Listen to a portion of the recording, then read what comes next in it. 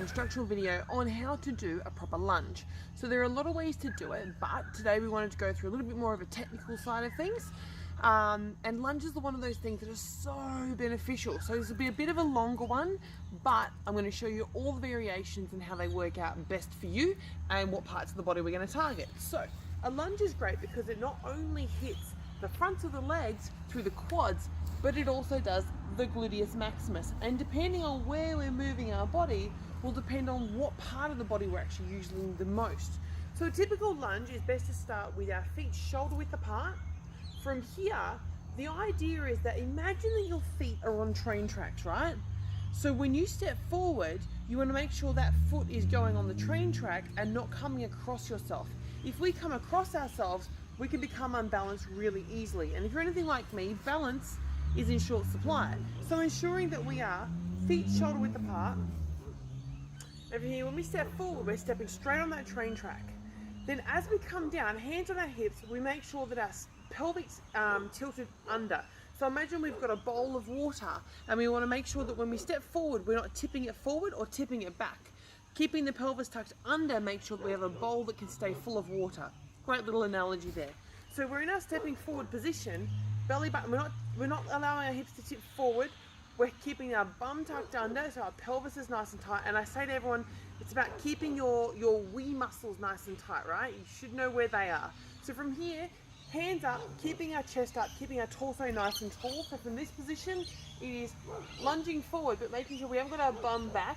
We want to have our belly tucked under, our wee muscles tight, standing up nice and tall. And from here, the aim of the game is to come down, straight down, and see here, really important is that my knee does not come past my toes, right? It's really important. If we're going past our toes, we're putting extra strain on our shins.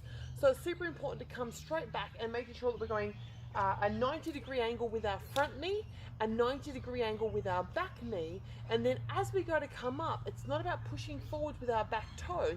We want to be pushing through the front heel and then using our glute muscles and our inner abductors to squeeze, almost to scissor close our legs. So from here, it's driving through the heel, squeezing and scissoring, dogs, squeezing and scissoring our body together and squeezing and coming up from here. So squeeze, drive through the heel, squeezing and coming up and standing tall. This is bandit. So coming down, straight down, don't touch the ground.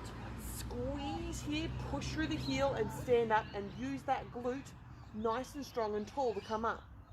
So from the front, off you go. From the front, it is stepping, I'll change legs, stepping forward on my train tracks, keeping our hips square, belly, bum tucked under, wee muscles tight, nice and tall, coming down, control the movement to the base, squeeze, and come straight up again, right? The next thing to really look at is ensuring what's our knees doing while we're doing the lunge. Is it coming in? Is it flicking out? The objective is to make sure that your knee is going towards your second toe in alignment the whole time. So as I'm coming down, watching my knee, making sure it's holding straight and standing back up again.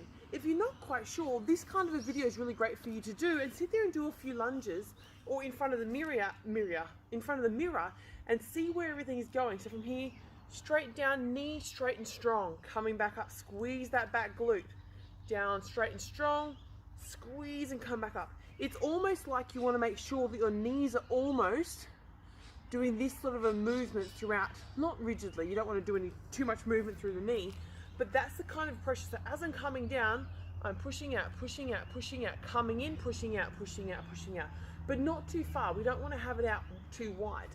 So there are different types of lunges. So you can go straight forward and down, and push back, stand up.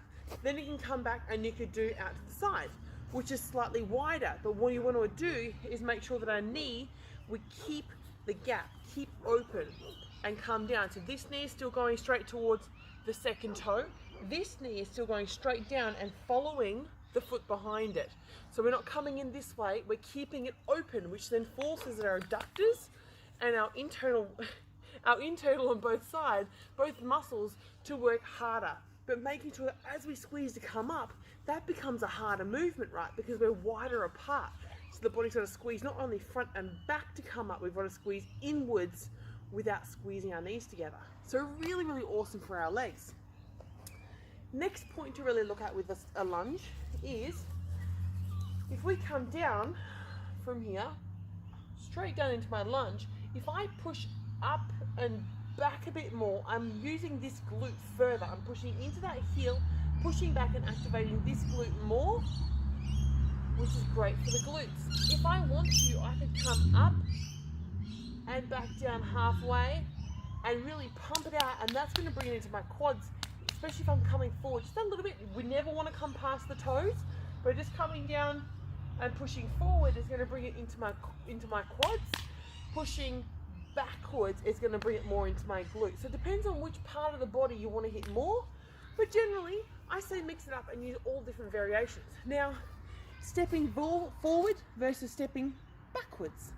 So if we're here and I'm stepping backwards, I'm having to use a bit of a backwards momentum, so my body's having to use more of my backwards muscles to stop.